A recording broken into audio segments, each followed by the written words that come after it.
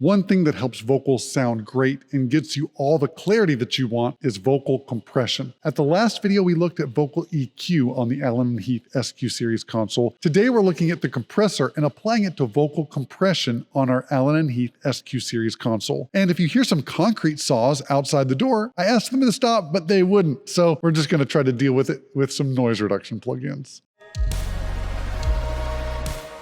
The compressor on the Allen Heath console is a pretty standard one. So let me walk you through the different parameters. Over here we have the ratio. This is how hard we're going to push down on it after it goes above the threshold. What's the threshold? Well, the threshold is the point at which we can say, are we going to start turning it down above this point as it goes up in level? So the threshold divides the signal into a point below it where we're not adding any compression or we're not applying the ratio, and above it where we are applying the ratio. Related to these two functions is the soft knee button. If we press this button up here, it's going to make that transition gentler from below the threshold to above the threshold and have a little bit of a ratio below the threshold, and then ease into the full ratio above the threshold. If I take the ratio and I turn it up, we can see how it's gotten much harder after it goes up. So if I turn up the ratio to more of a limiter style, you can see how it rolls off, but it still stays pretty gentle down below and near the threshold. So it's going to be gentler for what you're getting into the compression style. Or you get a lower ratio at lower levels and a higher ratio at higher levels. I like the soft button a lot for vocals and for bass guitar too. So that's going to be helpful for us. I'm going to leave that on for now, but I'm going to leave my ratio at 4:1 because that's a good starting place for me. The other button over here, the other parameter that we can adjust is the gain. This turns it up after we've turned it down with the compression. The compressor is responding to the dynamics of the input signal. So if we raise the level of the input signal with our preamp, or if we turn it up a bunch with our EQ, that's going to affect the way that the compressor is behaving. But if we don't want to change the way that the compressor behaves, but get more level so that we don't have to push it up so much with our fader, we use the gain. And this is another gain stage or place where we can turn it up and turn it down. This makes up for the amount that we've lost or turned it down with the compression. Now over here on the meters, we can see the input and the output, and we can see over here the red line that comes down is going to be our gain reduction or how much we're turning it down. You can also see down here on the histogram what gain reduction you've had over the past 10 seconds or so. It's a very, very handy part of the console. To engage the compressor, we have to put it in, or there's the button over here, and we can see here there's another peak light. Over here, if we use too much gain reduction, we can actually clip the console internally. We're not clipping the console at the preamp, we're clipping it on this gain stage, and it will show us that by lighting up red if we do that. It also shows us if we've gotten into gain reduction. I think the threshold for that is like at least 2 or 3 dB of gain reduction before this light starts to light up. So you could make fine adjustments to your threshold with this knob over here without having to look at the full compressor screen and kind of know generally if you're getting into compression or not. Up along the top, we'll see the RMS or peak selection mode, and this has to do with the attack and the release time, or how quickly or slowly the compressor is going to respond to increased levels of input or decreased levels of input. As a good starting place, you could keep it in RMS mode and put the attack time around 6 milliseconds. I like to have my release time around 250 milliseconds. That just feels good for me, and I've yet to be done wrong with that. So enough talking, let's listen.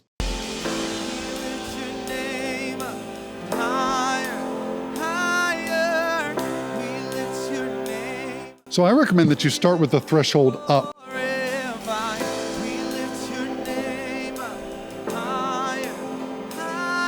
There's no difference with the compressor on and off right now. We're not doing anything to the signal. But as we turn our threshold down, as he sings, some of those notes are going to be pushed down a little bit.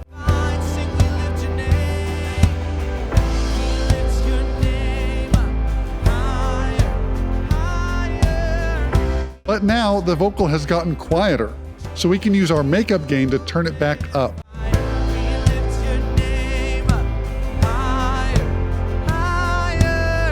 We also want the level to be the same when we turn the compressor on or off. So when we bypass it to see if it's maybe making something sound weird, we're not going to get a big level jump one way or the other. So if I turn this off, the average level stays about the same.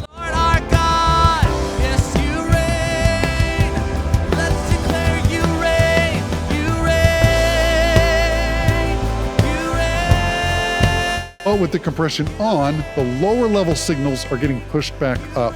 So it gives us a feeling that the vocal is closer, and it gives more clarity on all parts of the different phrases. Now on the histogram, you can see that I'm just touching on the -10 line. That means that I've got plenty of gain reduction. I don't probably want to go more than that.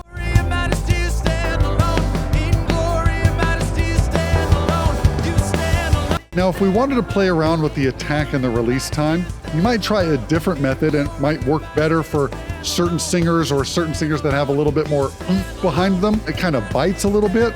You can switch it to peak mode, and that's going to grab a little bit faster. We might need to raise the threshold a little bit too to make up for that.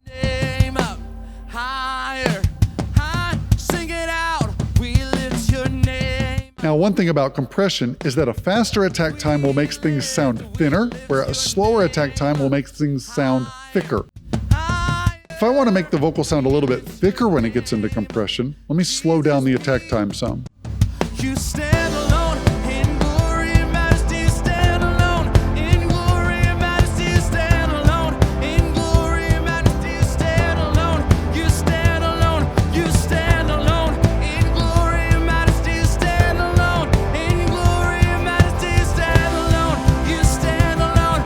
It's a subtle change, so if you don't hear it, don't worry about it. Sometimes I even confuse myself when I'm trying to make some of these changes and hear what the difference is. But on a bigger PA and not listening on your phone or your laptop, you're much more likely to hear those differences in the way that the vocal has a little bit more impact with a slower attack time. As we get to the end of the song, you'll hear the difference of when the vocal gets quieter when we have the compression on and off.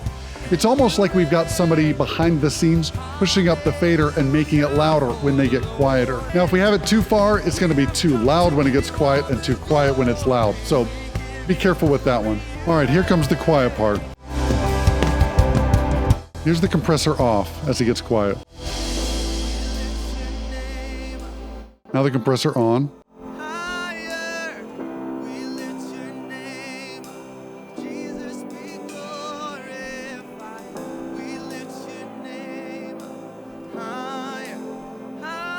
It doesn't fix it perfectly. I still would want to ride up my fader during that portion, but at least it gives me a little bit of boost when I have it compressed correctly. Hey, if you like this technique and want to find it and my other tricks for EQing different instruments and vocals and compression settings, check out my live mixing field guide. It's not presets, it's just kind of a guided tour on where you need to start to learn to listen for different parts of different instruments and how to set up their effects. You can find more information at livemixingfieldguide.com. Don't forget to hit that subscribe button and mash that thumbs up if you like this video. As always, remember, it's all about the low end, avoid the sound tech solo, and nobody leaves church humming the kick drum.